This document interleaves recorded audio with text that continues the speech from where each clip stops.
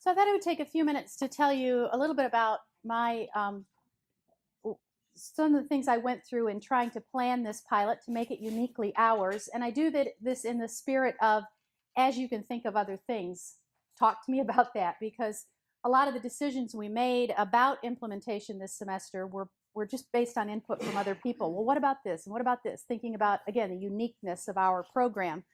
So some of the issues that we addressed, and I'll tell you, the issue is in green, and then what we did about it is under that. So we were hearing things like, well, a lot of teachers already do this. Okay, and we admit that. We admitted that to you. This isn't, was there anything here today that you've never heard of before? Not really. Bill said, this reminds me of what I do. And frankly, kudos to the music department, because that's probably the best scenario of team teaching that I see when I'm out in the field on a regular basis. It's just kind of a true team teaching situation. One person may be on the podium at a time, but both are actively involved, and sometimes they're pull out for, individual part practice or instrument practice, and anyway, they just do a really good job with that. So this is what we've done to do that. We admit that we don't think this is a brand new concept. We emphasize that the strength of the model is what I've already said. We've tried to say it 2 or 3 times because this is important, and this is part of our elevator speech as we go out as faculty and talk about this. The strength is that it names 7 strategies specifically, and it makes using them intentional. So many things that we've said today go back to that planning time and the intentional use of co-teaching strategies at specific times, and that is really a strength. Another thing that we've done, and it's in the spirit of that and the next thing, one more thing for cooperating teachers, St. Cloud calls it teacher training, that you have a training session, and we renamed it orientation. So when we put the invitation out to our cooperating teachers this semester, that's what we're calling it now. We've just trained ourselves to call it an orientation. And some of that is just a mental thing, so it's not like, oh gosh, I have to learn one more thing. I've got to learn something new to take a student from CMU. Forget it. There's 9 other universities I can pick from. Everybody's begging for me to take a student teacher. I don't want to have to put in, learn something new. I've taken 500 student teachers. So anyway, we renamed it orientation, and we did also, I don't think I put that on the next page, but we, maybe I did. We shortened what they recommended for training. They actually recommended 2 separate sessions, one for the cooperating teachers, and I think they recommended it be 3 hours or more, and then come back another time and meet for additional work with their particular student teachers. And because of the size of our centers, we put those into one. We made it a 2-hour orientation for the cooperating teachers, served them a lovely meal, and then the student teachers joined us at mealtime, and then we had another hour and a half or so of planning time with both sets. So they were both there. We've been through it once, and we really all thoroughly enjoyed watching the interaction and such. It was pretty cool. Well, one center. It was the day after the big snow day when everybody was shut down, and that afternoon when they were supposed to be there, the next storm was moving in, and people came anyway. Even somebody came from like 75 miles. The one farthest away from our center, the place where we were meeting, it showed up, and I was just thrilled. Made me feel pretty good. So another issue that came up is, well, what about the university coordinators? Really? One more thing for them? Especially the non-tenured folks, they only get paid per student teacher.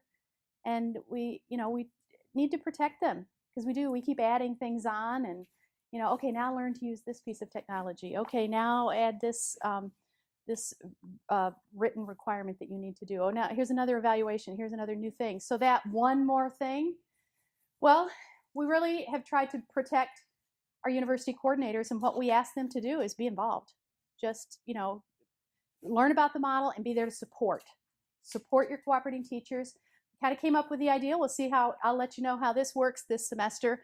Ask that 3 of our 5 on-site observations specifically illustrate a co-teaching strategy, and let us know what that is. This week, after I'd been through and I've seen everybody once, I thought, ooh, I should ask them to write on the lesson plan what specific strategy. If I ask student teachers to include that on the written lesson plan they hand me, then it does two things. It reminds them, oh, I'm supposed to think of using a strategy when Libby comes, and it makes it explicit to me. So it's something I thought of this week. Orientation of the teacher candidates. Now, Larry's not here, so I'm just going to say this. I hope it eventually, he's like, we can't say things that we don't know they're true yet. But this is me. This has come from me, my hopes. I hope it eventually will happen in 380, that they will become, the students will learn about and practice the strategies before they ever get to, while they're in pre-student teaching. That's, you know, Jen and Katie have become involved because the intent is that it'll be part of the pre-student teaching experience as well. And then we won't really have any new orientation to do with student teachers. This semester, we had to take some extra time with all of the student teachers. We, like most of you, have a whole day of an initial orientation before the students get into the classroom for the first time. And it just kind of gives them the rundown of everything, all the procedures, paperwork, everything that's expected of them in student teaching.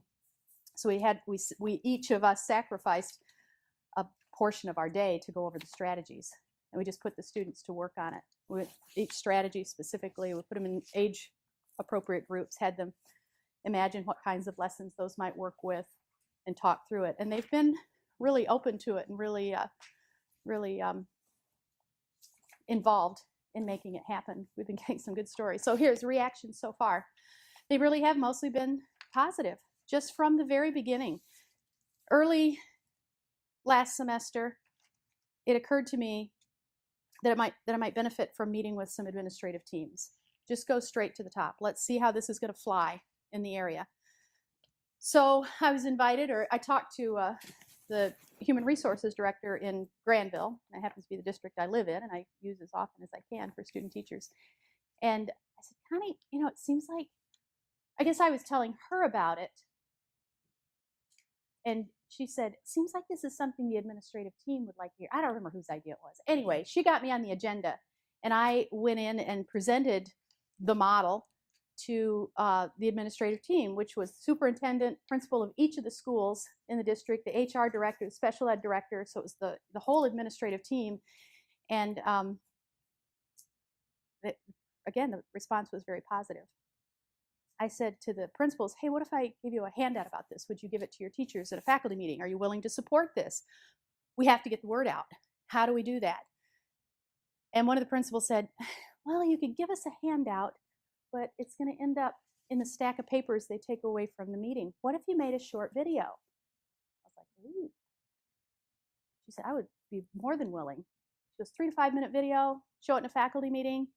You know, it starts getting the word out. So I got the link to it last night.